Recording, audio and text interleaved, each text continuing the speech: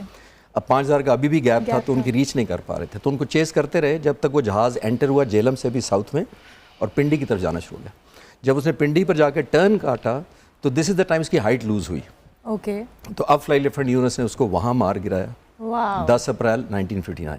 یہ پہلا میسج تھا ہمارا دشمن کو کہ, اور آج پہلی دفعہ نہیں کیا تھا جو اس دفعہ ہوا ہے. تو میں صرف بتا رہا ہوں کہ 12 سال کا جب پاکستان کی صرف عمر تھی یوں سمجھ لیں, اس وقت بھی پاک فضائی الحمدللہ الرٹ تھی, اور اس وقت سے لے کر آج تک تمام جو ہیں چاہے وہ شاہین ہوں, چاہے وہ سیلرز ہوں, چاہے ہمارے سولجرز ہوتے ہیں, تمام کے تمام ظاہر ہے, لیکن بیکنگ ظاہر ہوتی ہے. لیکن صرف ہسٹری سے کنیکٹ کیا ہے کہ بہت زیادہ ہمارے شاید نوجوان بچوں کو پتہ بھی نہ ہو ایسے ہیروز کا, ہمیں نہیں پتہ تھا, اور ایسے ہیروز کا بھی نہیں ڈیفینیٹلی پتہ ہوتا.